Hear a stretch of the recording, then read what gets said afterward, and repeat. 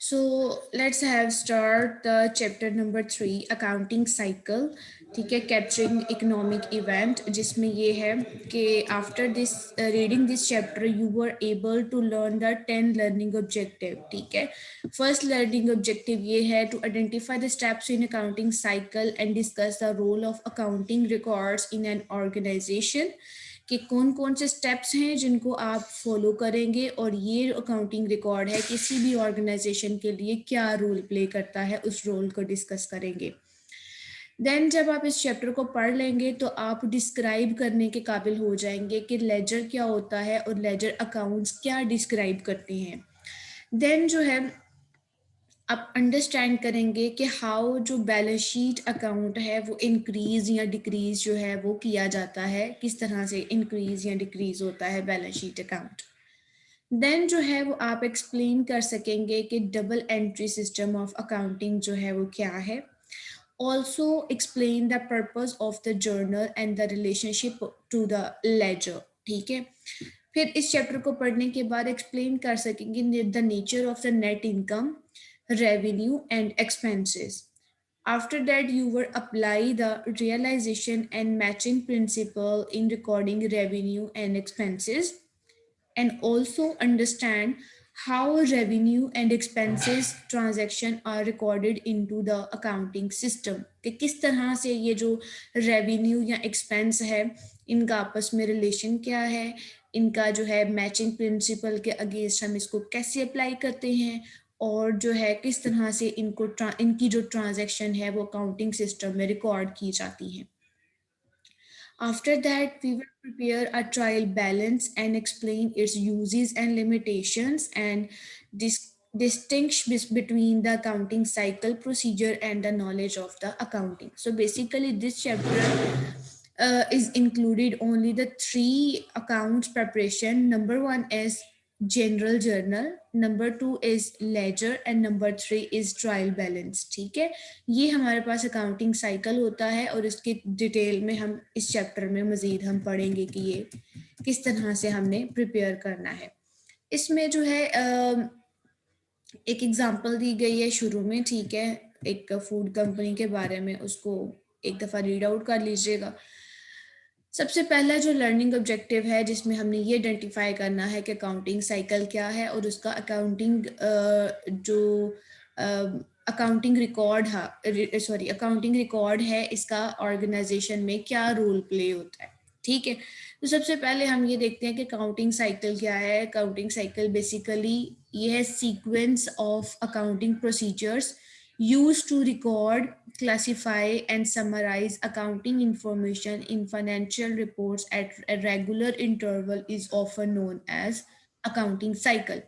इससे मुराद ये होता है कि जब भी हमारे पास कोई भी फाइनेंशियल इंफॉर्मेशन रेगुलर इंटरवल में सीक्वेंस वाइज हम उसको रिकॉर्ड करते हैं, क्लासिफाई करते हैं और समराइज करते हैं. ठीक है, उसको हम अकाउंटिंग साइकिल कहते हैं.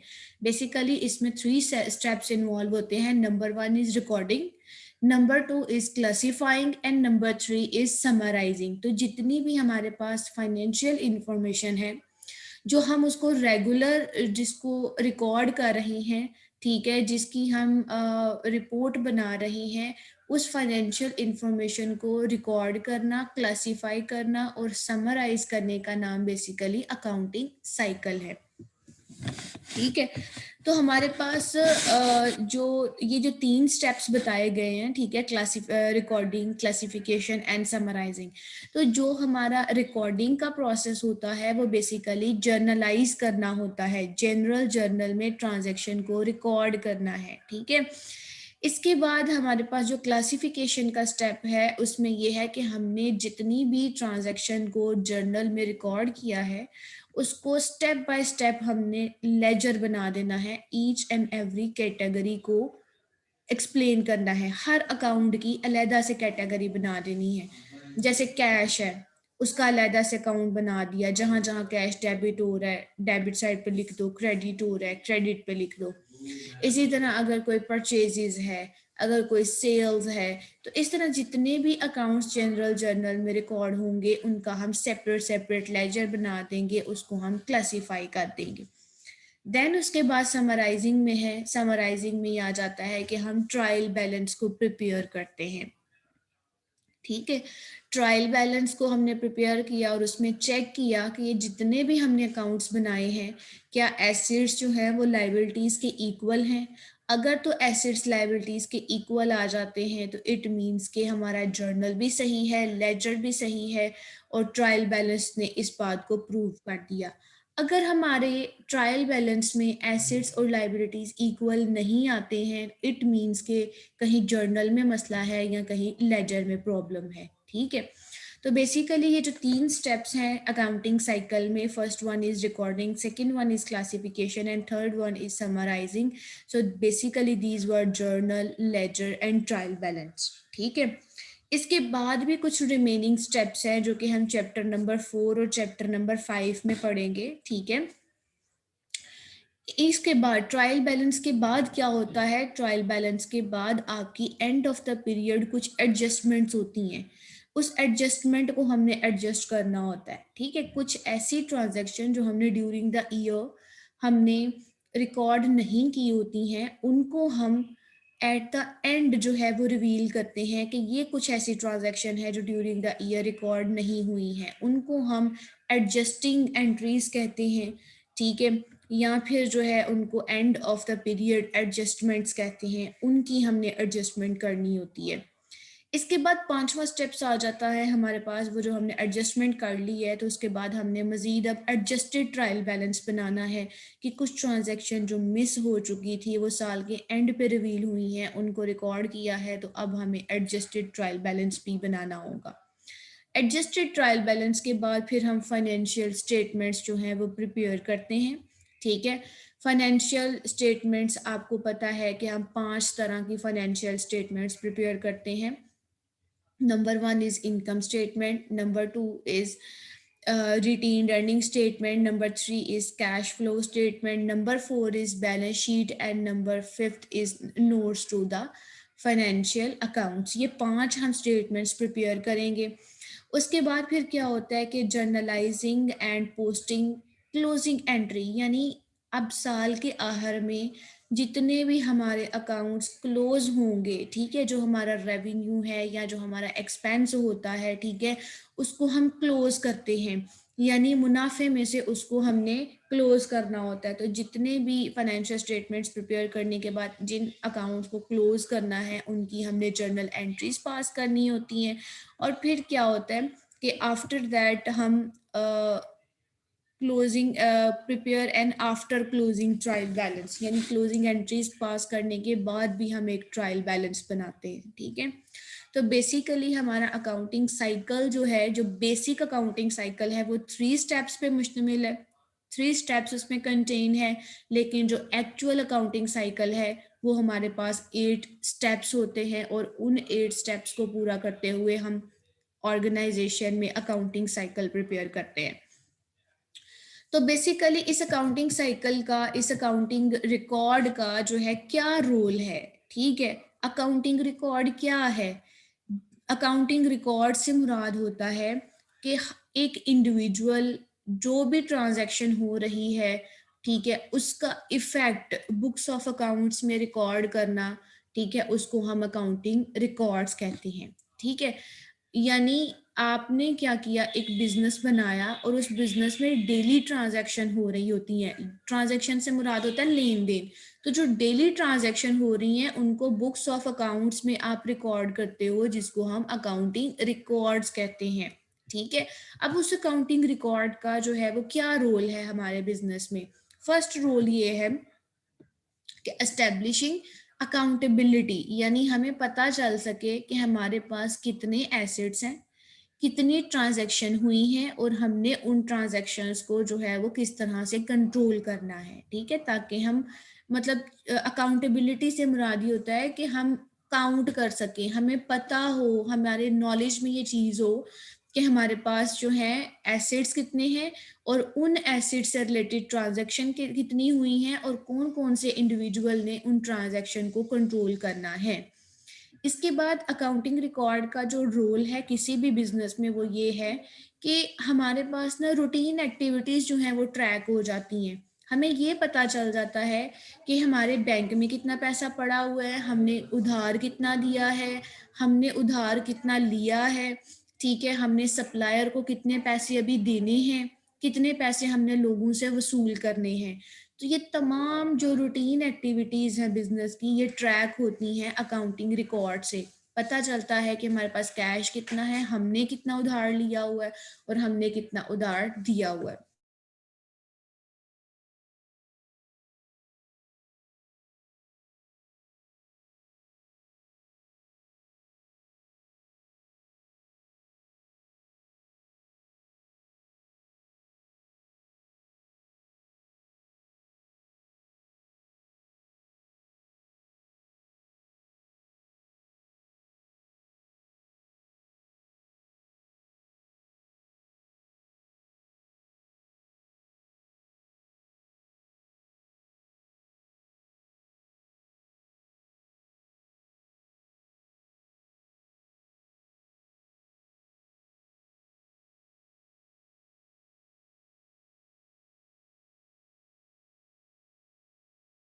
इसके बाद ये है कि आप जो है मजीद अकाउंटिंग रिकॉर्ड का रोल ये है कि आप डिटेल इंफॉर्मेशन किसी भी पर्टिकुलर ट्रांजैक्शन के रिलेटेड जो डिटेल इंफॉर्मेशन है, ठीक है, आप उसको ऑब्टेन करते हो, ठीक है।